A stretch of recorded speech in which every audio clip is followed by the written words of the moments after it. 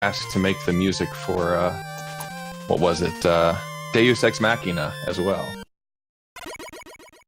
And that man is Aika. We're off. Hitman.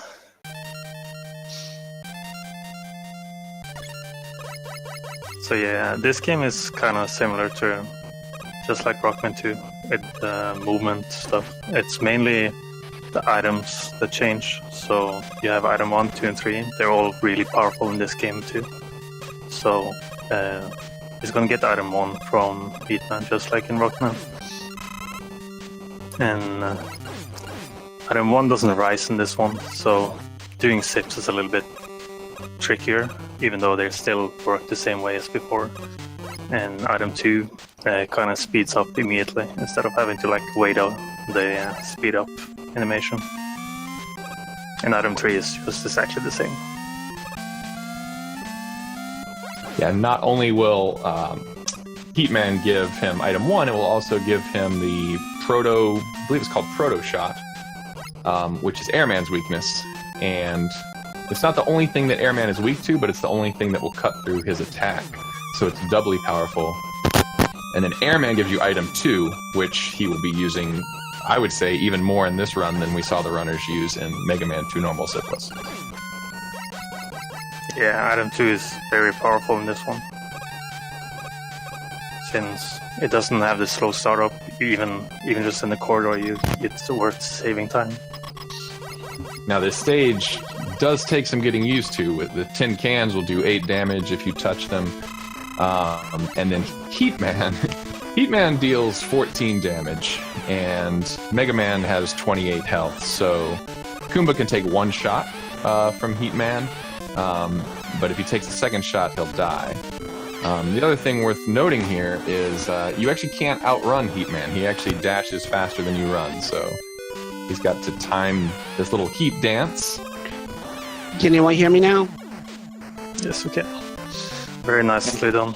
And he makes it look easy, just like LV Creed makes commentating look easy. Well, what's up, LV? There we go. Well, speaking back on Heatman, did we mention that Heatman's patterns are pretty much the same as the ones in Rockman 2? You still got to do the whole 30, 60, 90 frames between jumping, so it's pretty much the same as the heat dancing in the source. Yeah, the animation is a little bit different, so it's kind of has a different feel to it. But yeah, it's the exact same thing. Very tricky to pull off. Does he shake his fist in Rockman 2 Vanilla? Nah, not that he doesn't shake his fist. Like, you know how he does in normal intro, he like pumps his fist when he's engulfed in flames. It's probably like that. Okay. So Airman stage is another tough stage to figure out, because you might see he's running very slowly, and that's because he's being pushed back by the wind. So he wants to keep his momentum going, because if he comes to a full stop, he actually can't make some of these jumps. He has to get a running start. And here comes Fast Air. You can pretty much notice every time that you're actually out in the open, that's the only time that the wind mechanic actually is a factor. As you see, as he goes right inside the actual building proper, the wind mechanic stops. So it's pretty much an indoor-outdoor gameplay physics kind of issue over here.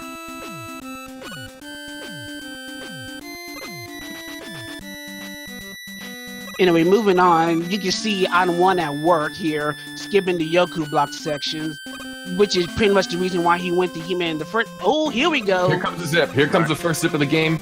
And he actually is. Yeah, okay. So with that zip, you might see he was actually pretty low in the floor. If he tried to jump straight up, he actually wouldn't be able to exit the floor. So, do either of you know exactly what he has to do there to get out of the floor? I want to say like a frame perfect jump after exiting the wall when zipping. Is that right, Zoda? No, there's a buffer you can do. That's why he actually does the zip. You can press left so he's in the running animation, and that gives you a pretty big buffer to actually make the jump, because there's sort of like a slowdown before you actually start moving out of zipping. You have that full window of jumping. But to initiate the ship, he has to jump above the screen into the screen transition. It's the same thing as doing a vertical zip in Rockman 2, where you jump a few times before you trigger it. So that's how we actually ended up at the bottom of the screen instead of just continuing it at the top. Yeah, in Flashman stage we'll see a similar zip, but the floor gets narrower, so he can just jump right out of the floor very easily if he wants to. Yeah, so dealing with Airman he technically acts the same, but his attack pattern is mostly different. The speed of attack is different, and with the weapon he got from Heatman, the Proto Charge, he can actually destroy Airman's projectiles. So as you can see, Kuma just pretty much just wrecked Airman with it.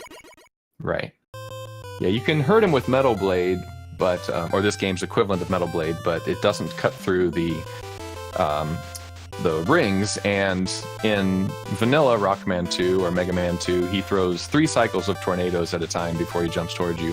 Whereas in this game, it's 4 or 5 cycles of rings that he throws. So if you can't get around those rings, you're going to take a lot of damage from them before he even jumps at you. You can even get caught by a surprise attack with a set of horizontal rings that doesn't even stop at all. Right, So, and then, yeah. Then your charge shot is useless. Because you Shout can't outs charge in time. Shout outs to 04. Ooh. Yeah, by the way, guys, if the music's not loud enough, get on Strizer for that, because this music deserves to be heard. Oh, remember, just for relevancy, remember the look of this stage. You'll see it again in a little bit. Yeah, and here you see the item too, just speeding up. Oh, So Combos here is gonna trick the game into thinking he's grabbing the bottom ladder on the right to actually trigger the screen transition. And from there it's gonna do pause buffering for the frame to continue. Here it's gonna do the same exit. But he's higher here, so he doesn't actually have to do like a full-on corner jump. He can just jump out of it. yeah, just jump right Very out of the nice floor. item 2 placement. Ooh, yeah, very nice. So yeah, what you see in Kuma using probably one of the most powerful weapons, the Wind Slicer, it pretty much one-shots a lot of enemies throughout the entire game. You're probably going to see Kuma use this quite a bit. It does have its randomness in how it fires, but if you can get a good shot, it pretty much wrecks just about any and all enemies on the game. And conveniently, it's also Flashman's weakness. Yeah, sometimes Wind Slicer will throw 3 rings all in a row. Sometimes one will go high, and I don't know that there's any way to control that. Yeah, I'm gonna say that's RNG because I don't think there's a It doesn't seem like there's a pattern in which it fires. We'll be coming back to this topic when he fights Final Wily, because Final Wily's only weakness is the Wind Slicer. But that's a long way away, even for Kumba. Oh, by the way, for those that wondering the name for the time stopper of this game, get your DO references out because he got so well done. I just want to point out it looked like we actually hit the donation goal. It absolutely does. Yeah, I'm just going to jump in for a quick moment here, guys, if you don't mind. Thank you so much, everyone. We just had another couple donations from Mello and from Handsome Jackass, $24.55 and $25 respectively. And Resisting Frame had another $5.40, and we didn't get to announce Hard Selection, who also donated $4.11. So thank you, everybody. We started off with a weekend goal of $250, and we just blew through triple that, and we're not even done day 2 yet. So wow, thanks. And thank you again from the person who actually used this fund. I mean, literally used this fund a month ago or something. Like, it's amazing. So thank you guys for everything that you're doing. From the 2-time Gantry survivor, it's so much appreciated, guys. So you might wonder what Kumba was doing there trying to jump through this dude, but actually he gets into iframes and then he's able to just pass through him while invincible. This is actually one of the less frightening stages in the speedrun, but running it blind, you can see there's lots of gaps, and even that fall off the ladder is a little bit tricky if you don't know what you're doing. But yeah, this game can be pretty brutal. There's also a hard mode of this game where you have like no iframes. Yeah, the hard mode is probably only for the insane. Not only know one person that even remotely tried to do it as a speed run. Yeah, these people are madmen. So anyway, bring out the world, get the Crash Man, say goodbye to Crash Man. He dead. Oh, that's right. I didn't catch any. An honor to be here. I didn't catch your Japanese earlier, but that's right. The name of the time stopper weapon is the world. The world. All right, so here's Bubble Man stage, which apparently has the best music, although I don't hear it. But we'll get to see the return of wind physics. Well, or will we? That's for the music. Shout out to the King of Fighters. Just saying. King of Fighters? Yeah, it's actually one. Neo Yeah, Geo, or what is that? Yeah, it's a Neo Geo fighting. It's a Neo Geo fighting game. Pretty much like it's I'm gonna say kind of like Marvel vs. Capcom, but way earlier before that thing became actually a thing. It's more like a dream fighting series where you pretty much got characters from Arts of Fighting, Fatal Fury, so on and so forth. But anyway, enough about that. We dealt with shrimps. It's an underwater stage filled with spikes, a lot of type platforming and so on and so forth. So it's underwater, plus on this next screen, you get 2 platforms of wind physics, and then the wind physics disappear for the 3rd platform just to screw with you. But he gets around that by using by using the world, which just cancels out all the wind physics entirely. But now he has to place this item 2 perfectly and avoid getting knocked off this last platform by the Sniper Joe. And he does it beautifully.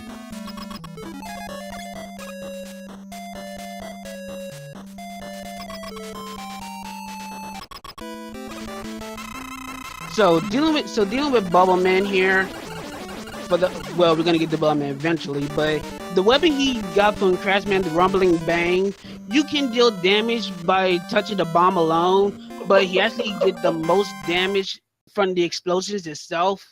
But for the most part, it really doesn't matter. You still deal a good amount of damage regardless if you use the bomb itself or the explosions.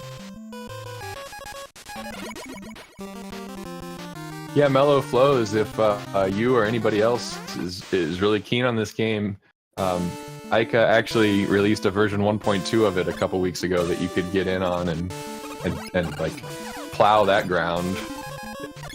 It's got some interesting differences. Oh yeah, it has a little bit of differences, alright. Item 2 with no speed cap. The actual spark from Mega Man himself. So with Kumba using item 2 at the beginning of the stage, that means he's gonna do a zip absolute checkpoint room. Oh my goodness.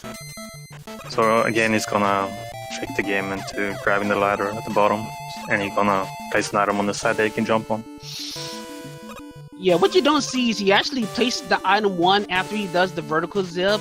So he presented himself to jump on the item 1 he summoned, and then finish off the vertical climb that way. So the way he's gonna try and zip here is placing a very precise item. He didn't get it. That's the double item there, he tried to place it. So since the item doesn't rise, the item needs to be at a very specific position where you can jump on it and get ejected if you don't hold anything on the D-pad. It's the same kind of method as you can see in the Rockman 2 tournament when people are doing Biggie from the first screen in Clash. It's the same mechanic. You got the boss zipped out. What? I believe Kyle's excited. So that's the task. Yeah, that's a screen scroll. So now it's actually one screen ahead. They can shoot back from the left side. Yes! And there goes Metal Man doing his metal dance, a metal jig. Oh my gosh! He's doing a hold down while Kumba's basically just busting him from behind with the spin wheel. That is not in his world record, but it is in the task. Yeah, you can even do a jump if you know exactly when you're going to do the last shot. You can jump out of it, so you actually quote-unquote die after a fight, then you can spawn the next stage you do underneath, so you will instantly screen scroll the next screen. You didn't get that though. Shoutouts to Brave New World, by the way. God bless you, Namco Cross Capcom. But yeah, quick man stage, as you can expect, a lot of rough quick beams. Probably one of the rougher quick beam segments in most ROM hacks. It's easy to get crossed up and wind up getting caught by the beams pretty much instantly. The beast comes out very fast. While it's not necessarily a frame by frame basis where it's that tight, but I will say hesitating is very ill advised, because it can be pretty tight if you wind up getting tripped up, crossed up, or just pretty much forget where you need to go throughout the area. And you can use the world to stop the lasers, but the world, once you use it, it uses itself up before you can switch to a different item. So you get one shot with that, and if you need it again for the next screen, you're probably not going to have any of the world energy. Fortunately for our boy Kumba, he's pro enough so he doesn't even need it. Yeah, he's going to use the world for something completely different. I think. Maybe not. Maybe he doesn't need it. Nope, he just uses item 2 instead. D-boosts through that guy. Fun fact, the crushers are destructible in this game with the rumbling bang. Mm-hmm.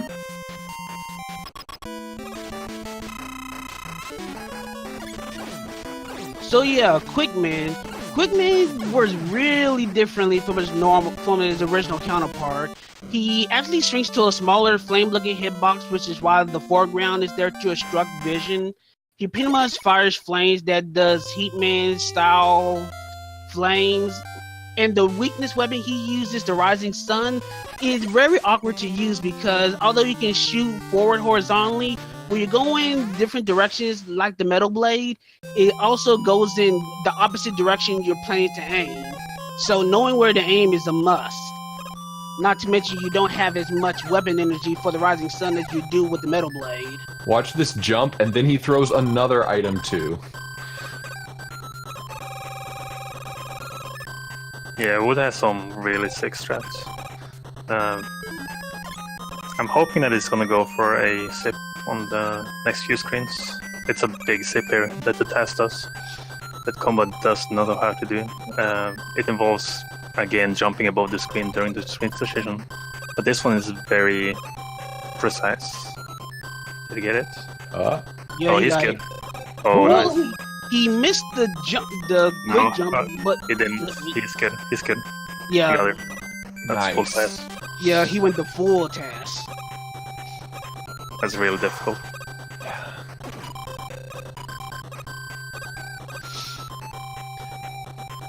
So yeah, a little bit of minor detail about this stage. Well, for the most part, it's generally straightforward, and you're going to be using a lot of items. It's kind of best that you focused on using these items because in this stage there are small patches where movement can be hindered. With some of the snow patches, it's really hard to notice. You got to play the game and just walk through it to notice, but there are some patches where you do slow down.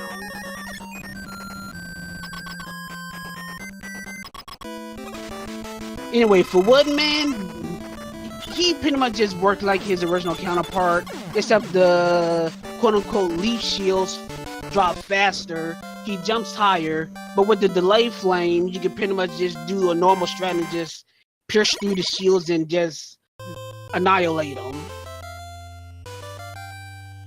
Meanwhile, for your trouble, you get the ice circle, which is no different from your regular leaf shield, so there's really nothing special about it.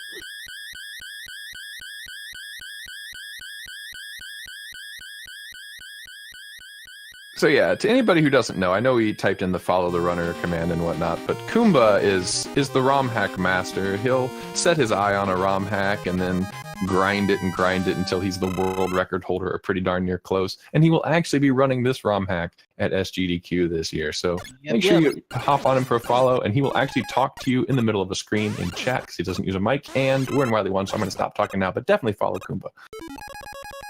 Yeah, in this stage, you see the elusive mega fish going through the mystics of Wily's waters, going through using the sea and anemone toothpaste to go through the treacherous instant kill sea urchins. It's such a lovely sight. Oh, Mega Man is the fish. Of course. Fish. Oh my gosh. And of course, as the mega fish, he goes into his natural environment of the Wily Fortress so it can do what it does best and, destroy it. So this song owns, but I just want to give everybody some perspective about how much this song owns. If you're playing this game for the first time, it took you 30 minutes or an hour to get through that first screen with no music. Imagine how good this song is when it finally comes in out of the blue. I want to say this track came from a Super Robots Wars game, if I recall correctly. I might have to dig back through my MP3 archive and dig that up right quick, but that's besides the point. The whole stage was focusing on a lot of item using and a lot of item positioning, such as that item 3 use in that very tight area. As for the dragon, hopefully Kumba will position himself where he can do a pretty fast quick kill. And Nice. there we go. So yeah, with Rumbling Bang, if he position himself properly, he pretty much just annihilates our cool dragon with sunshades.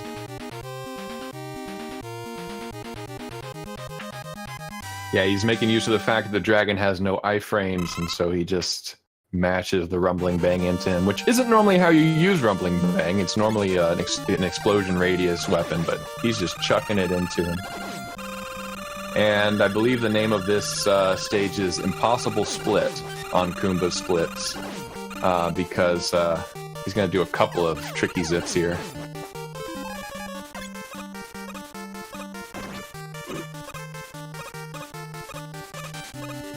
He's gonna do one with item 3 right here. Item 3 moves very quickly, so that's a very small window of actually trick me. He oversipped there. It's not the end of the world, but it's not the best.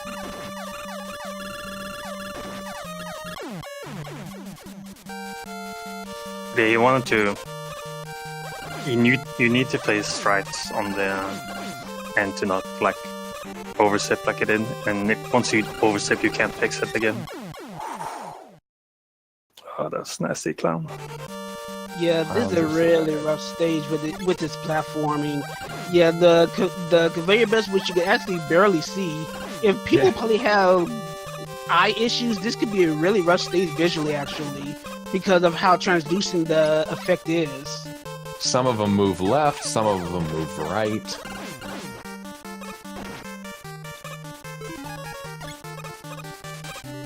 The Kumba's not scary, he's probably gonna go for it again. Oh, yeah. Nah, I don't think he has enough. Yeah, he doesn't have enough item 3 to try it again, I don't think. But that's not even the major zip in Wily 2. No, there's a death zip at the end. We're just gonna set it up the same way as he did in Metal Man. Metal Man, yeah. We have to place it on the correct sides, and then he's gonna intentionally oversip there to stay ahead of the screens so he can suicide in the boss room to bypass some very slow conveyors. And again, Also, Zoda said it twice, but it's worth stating. The fact that item 1 does not move up just makes zips in this game so much harder. yeah, it's trying to set it up there. There you go. So now he's one screen ahead and he's gonna just fall down and have enemies desynced with the background. And he's a very low HP, so he's gonna instantly die after he goes into the corridor. That's Yeah, so all it's pretty much the perfect damage scenario. boosts were completely planned out.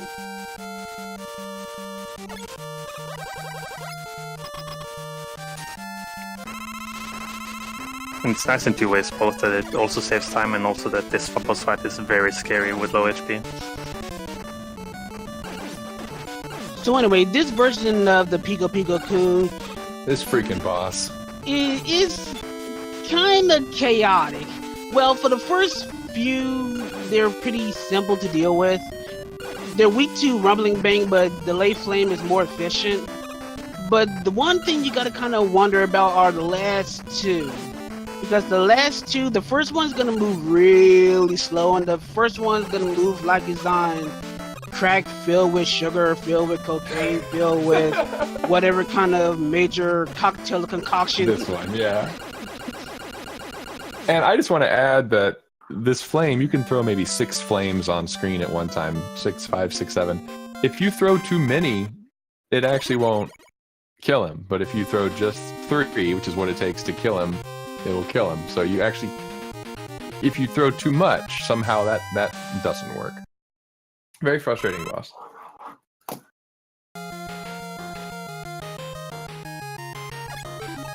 Anyway, Wally 3, honestly, there's really not too much to note in this stage. There are really no zips, no major sequence breaking or whatnot. Probably the only thing that's worth note is there's probably going to be some rough enemy placement, and he's just going to have to maneuver around the enemies as he sees fit. As you can see, he uses the ice circle to pretty much mow through enemies in advance so it can make his platforming a little easier. Do you happen to know what song this is? Yeah, it's taken from Mega Mari. I want to say it's from Yomu's stage.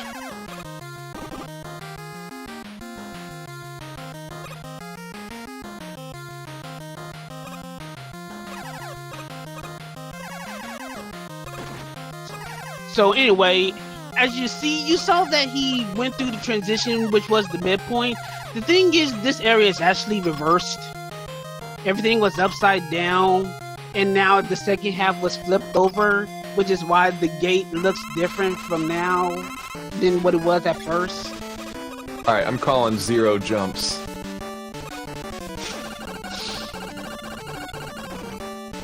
Well, considering the weapon he Good has, call. it's kind of easy to call that. You don't get any points for that one. No. He used to use the parabolic weapon, the spiky parabola. I'm sure you know the real name of that. But you actually have to aim that one and hit him in his tiny hitbox, whereas with rolling bomb, you can just chuck it.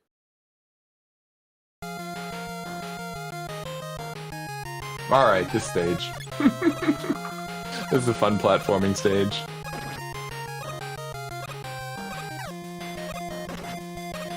Yeah, I would say this is probably one of the, well, since it's Volley 4, of course it's probably going to be one of the toughest ones. Even now, he's using a lot of items to bypass what would have been a pretty complex Yoku block section. Especially if you stand around a little too long, you wind up getting caught in a cluster cuss of...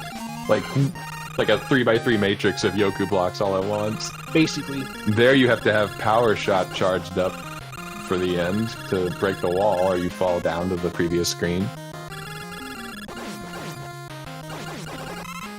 And now, speaking of vision impaired, it can be very hard to see exactly where the edges of these corners are, where you have to make your corner jumps. Like that one right there, actually. Wow. Good call. I Wow. applaud you for that. Very well called. Sorry, Goomba. Don't worry, I'll just say that Kuma just send you up for that.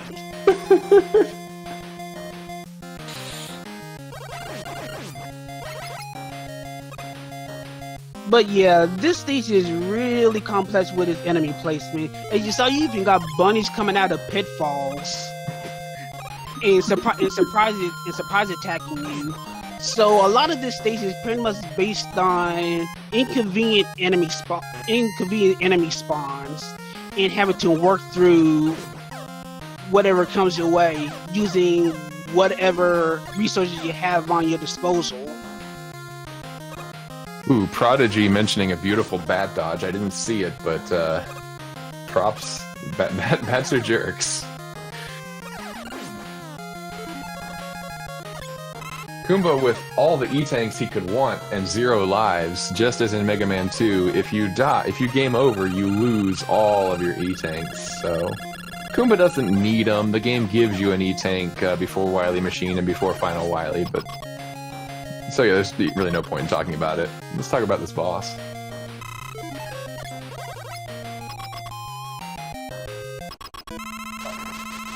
So yeah, Booby works much differently than you would in vanilla Mega Man 2. I would consider this a much easier fight in general, well in my opinion, because one, the blocks are destroyed with Buster, and the weakness is actually Proto-Charge, Heatman's weapon, which you actually got plenty of, and they go down in one shot. So the only thing you really gotta worry about is the cluster of shots that the Boo Beams fire at you, which is actually not too bad unless you actually lose track. But if you get here with no extra lives and no E-Tanks, it's a terrifying fight.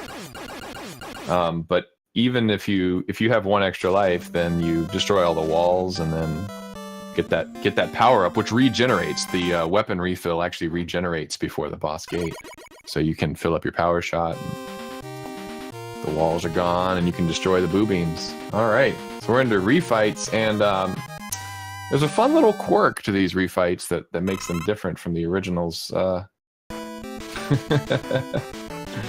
see if Goomba shows it off.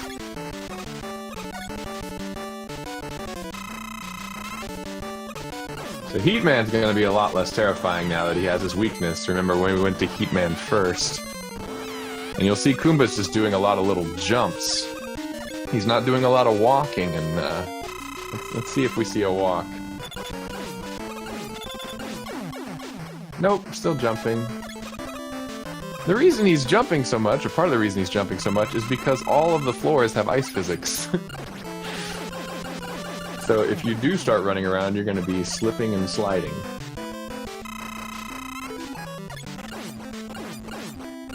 We talked about Quickman earlier, but it's worth noting that he's actually partially invisible in this hack. So, you know, Quickman's always a jerk, but just that little extra zing in this hack. Yeah, but in general, this is still the refight, so there's really nothing much to discuss other than what was already discussed about the added ice physics. The bosses still fight pretty much exactly the same as it was in the 8 Robos.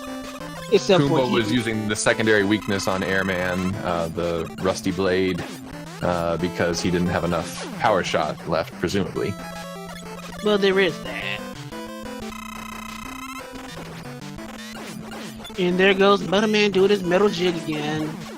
Goodbye, This fight's a Metal. little scarier when you don't glitch into the wall.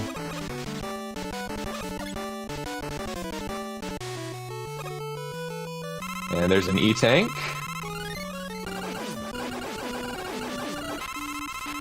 Phase 1.